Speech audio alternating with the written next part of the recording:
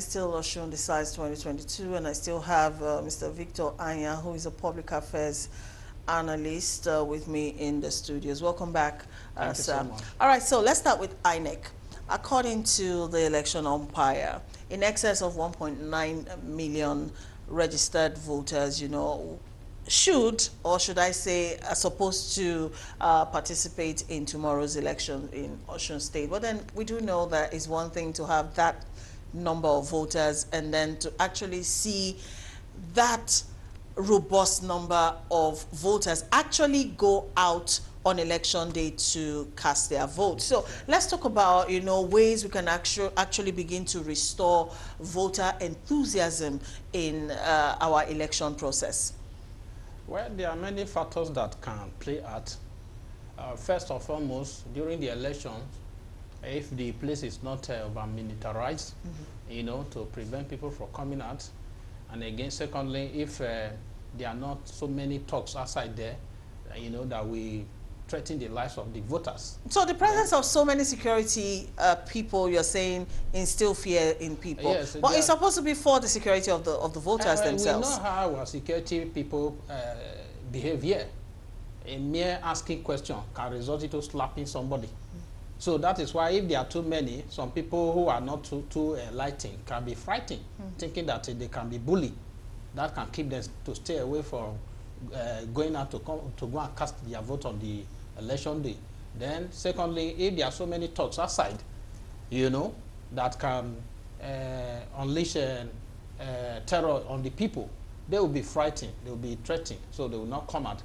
Then thirdly, we all know that, as I've said before, during the prelude, that elections in Nigeria is just like a routine, let's do it the way, because other people are doing it. If we look closely, right from 1960 to today, we have been voting, though the military has had a greater portion of our existence, being that they have led the country more than the civilian. Can we really say that we have done well? A country of 200 million people, every year money are being budgeted for electricity. But 61 years down the line, we have just 3,500 megawatts. Can we justify that? The answer is no. Then you talk about road networks. Do we have good road networks? You talk about security. Do we have security today? It has even gone worse from 2015 to today. Almost 7 years now. People can hardly go to the farm to cultivate their farms and harvest their crops to enable them to feed themselves. That is why there's so much hunger. So that's why I'm saying that these are the factors that are demotivating the people to go out to go and vote, because they look at it that at the end of the day, after voting, what do we get from it? Today, our children have been at home for upward of about 3 to 4 months now. But the children of the elite, those who are in the leadership position, we see them, their children graduating, they fly to foreign countries to go and celebrate with their children, while the children of the poor have been at home. And it has always been like that. So when people look at all these things, they get discouraged that what is the purpose of voting? After voting, it is only those people who were elected that enjoy the benefits of this country, not it trickles down. So these are the things. Oh, look at a country. Our country is a country that has crude oil, but we are being bombarded every day about issue of subsidy. When this government was in the opposite side, they told us that there was nothing like subsidy, that subsidy was a fraud. But as soon as they got power, they told us that they are spending so much, even more than what PDP claimed to have been spending at that time. The 16 years of PDP, they never spent up to 1 trillion naira. But today, we are being told that within a month, 2 months, we are spending up to 1 trillion naira for subsidy. And nobody is saying that what is the cost of subsidy? It is because our refineries are not working. And besides that, every month, every year, we are being told that they are spending 100 billion for the turnaround maintenance of refineries that are not producing anything. So how can somebody be encouraged to go out to vote for such a group of people? So assuming the refineries are working, we wouldn't hear anything about subsidy. It is because the refineries are not working. That is why we are hearing about subsidy. And it is only a crop of people that are not serious that we have crude oil and will not be able to refine the crude oil. the Niger Delta boys, as local as they are, they have their own way of refining this thing, no matter how local it may be. All development started from a very minute level before they progressed to the higher level. When I was much younger, in those days, we used to see Taiwan products. At that time, they were commonized. They were looked down upon, that both Taiwan and the Chinese product. But today, they have overtaken the whole world. Japan too, the same thing. Why can't we encourage these Niger Delta boys and help them to ensure that they grow from where they are today? If they are being called illegal refineries, if illegal refineries can refine crude oil, why is it that the legal refineries that are not able to refine the crude oil are being encouraged by giving them money, and at the end of the day, nothing is being produced? So these are the things that are making people not to feel encouraged to go and vote, because at the end of the day, nothing good comes out of it. It's the same suffering. It's suffering as many that late Fela Alukunakpo Kuti of blessed memory sang about. Is what is actually happening. At the time he sang that song, that time Nigeria was even in glorious years. If you compare that time now, those years were glorious years. But today, it is an eyesore. So that is the reason. Wow. The reasons. That's quite a lengthy one, you know. It is the expectations of the people not being met. That's why they are not so, you know, elated about what's going on in terms of election. All right, but then let's come back to INEC again. All right, INEC says they are ready to conduct tomorrow's elections. As we know, these off-cycle elections, we saw one with Ekiti and then this one with Osun State. These elections are basically like litmus tests for what we would expect in the general elections in 2023. Yeah. Now, do you really think INEC has been handling it very well so far with what we saw with the last one and how they've been carrying themselves with tomorrow's elections and all of that? Do you think INEC is really as prepared as they always assure us that they are? I don't think so. They will always say so. They will always say so because they are the one. You know, they are the one involved in the process. They can sing their own praises, but we on the other side we know that that is not the truth. There's a video that is viral now whereby huge numbers of voters cards, you know, were buried somewhere in this country. In Imo State. There's some reports claim that it is Rivers State. Very huge number. Some people claim that they are up to 2 million. The question we are asking is that how come such huge numbers of voters cards will disappear from the office of INEC and there are no mechanism put in place to checkmate such action? So if they talk about preparedness, it is not just by saying that tomorrow they will bring their material for voting. How about the process leading to tomorrow for the election to be held? Have they perfected it? Those people whose voters' cards have been taken away, are they not going to be disenfranchised? Will they have the opportunity to vote tomorrow? These are the questions we must ask. Will they be able to vote tomorrow? They will not be able to vote tomorrow. And what role did INEC play to allow such heinous crime to be committed? Because if a citizen cannot vote in his own country, it's a crime against that person because he has not taken part to decide who should lead him to be taken to such places without the conniver of INEC officers or officials. So they have to explain to us why that action took place. Maybe certain politicians are afraid of the possible outcome of the coming election because of the revolution, the peaceful revolution that is taking place because of the suffering of the masses.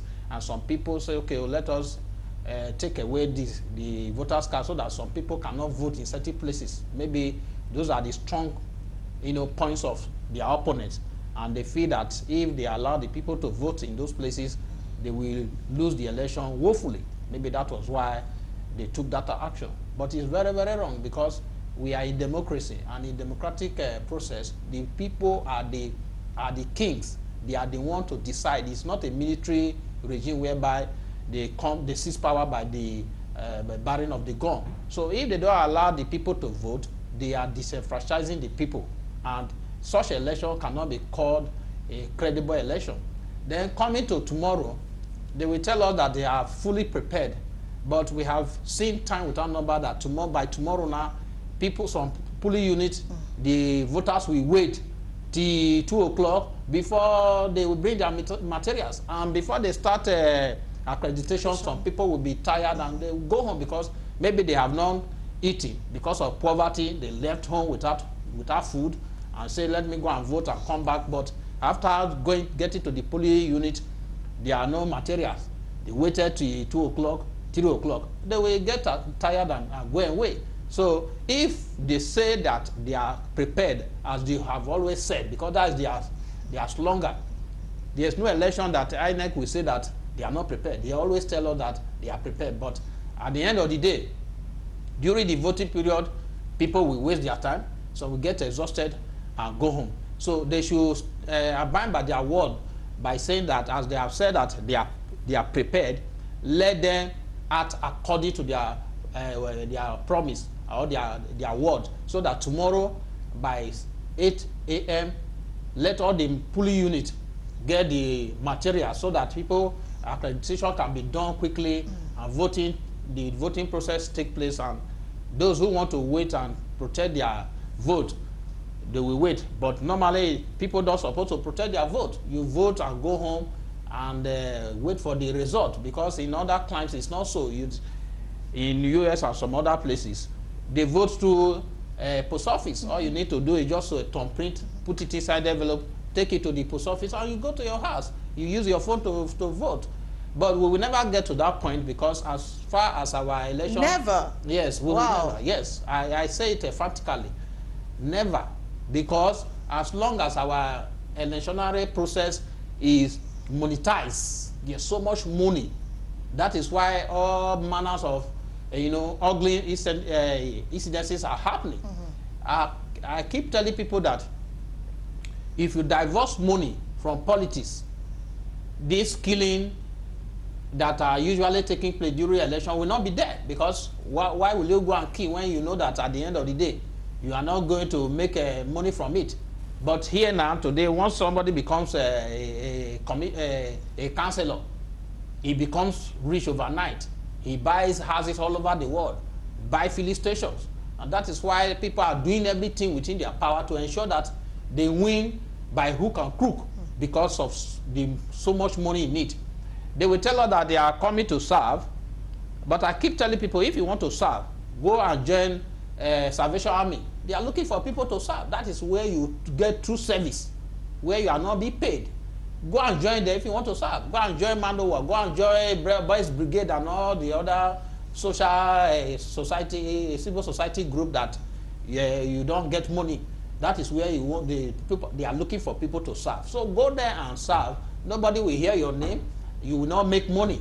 Then, if you join such a society, we know that you really want to serve. But in a situation where you contest for election, if you are elected, you become a billionaire overnight, you are not serving anybody. All right, Mr. Anya, let's talk a bit more about the money angle, to our politics, in our country. All right, so the issue of vote buying or inducing voters with money, food stuff and stuff like that, would that ever go away from our politics? Because even in the Osun elections, the build-up we've seen so far, with the rallies from the various parties and the engagements they've had so far with the electorate and all of that, we've even seen some of the candidates boldly, announcing to the electorate that they have come ready, and not only in our local currency, even foreign currencies. Yeah. We saw that. There are videos attesting to that. How is it possible for us to actually be able to divorce money from our politics, and also on the side of the electorate, with all of the level of awareness and campaigns on air about not selling your vote? Why is it so easy for the electorate to so quickly, be so enticed by money? Are they the only one being enticed? Vote buying does not start and end with the voters. It does not start from there. It does not end from there. People are making a big mistake by saying that it is the voters that are buying vote and selling their vote. No. The whole electoral process is monetized. Right from the time of canvassing to become an aspirant, you know, whereby you lobby the... Go ahead. Okay, you lobby the chairman of a party. There are rumors all over the places where some candidates will buy Prado Jeep for a chairman of a local of a political party. Why? Because he wants his candidate or himself to be choosing during the primary. That is vote buying. It is not only during the day of election that they collect 1,000, 2,000, that is vote buying. No. All right, we'll come back to this issue of money and our politics. Let's see if we can bring Professor Kunle Ajayi back online. Hello, Professor Ajayi. Can you hear me?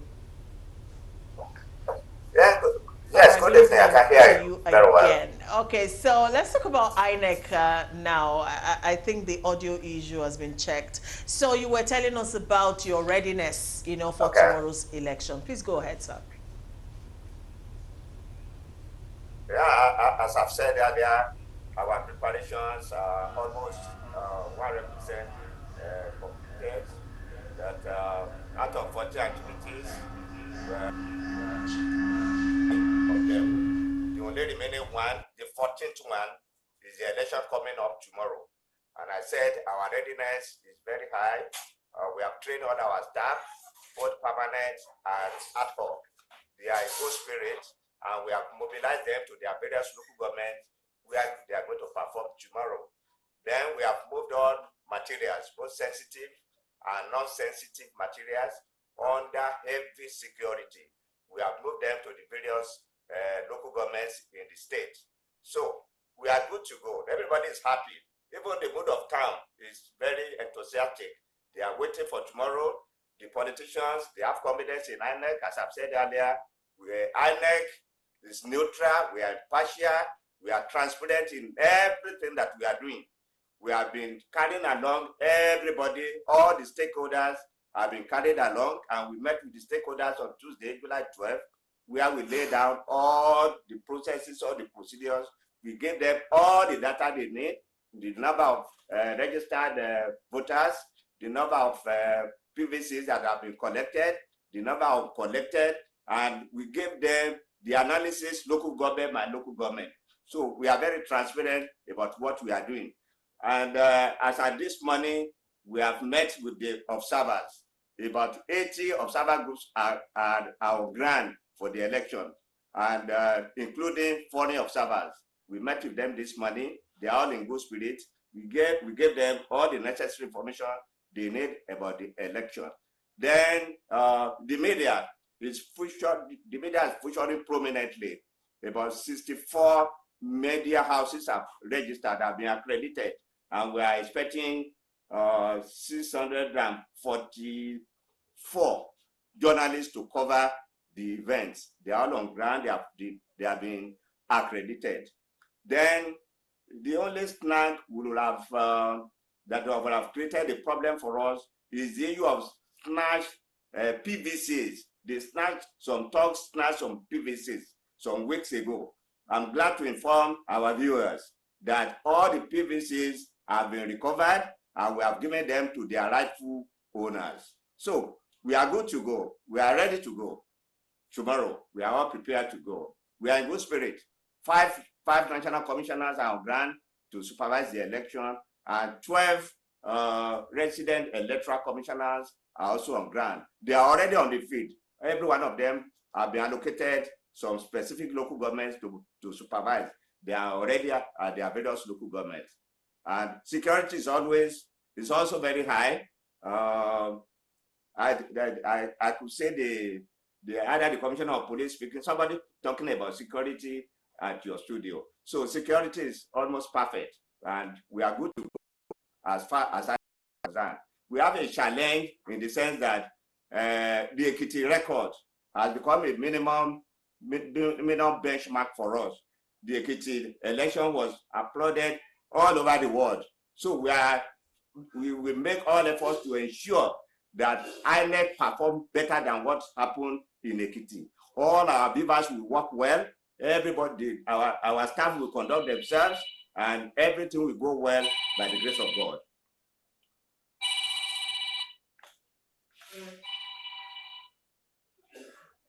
Your optimism, regarding tomorrow's election, and I hope it will translate to service delivery for Osun people tomorrow. But then let me quickly ask you, to what extent really would you be interfacing with the security agents who will be on ground for the election tomorrow?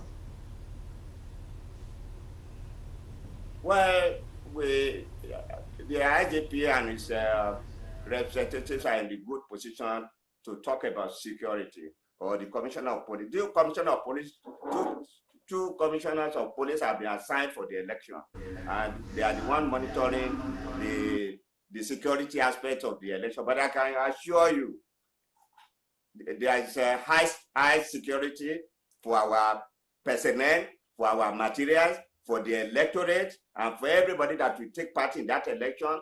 The observers, the journalists, all the media, they will protect every one of them. And by the grace of God, there will be no negative outcome in any form as far as security is concerned tomorrow. I can assure you of that. We have sizable number of policemen on ground. We have sizable number of other security agencies that are on ground. Every polling unit will be manned by a minimum of 3 policemen. Every polling unit will be manned by a minimum of 3 policemen, apart from those ones that will be in the street. So there is the arrangement for security is very, very high. That I'm assuring you. Very much, Professor Kunle Ajayi. Thank you for joining us on the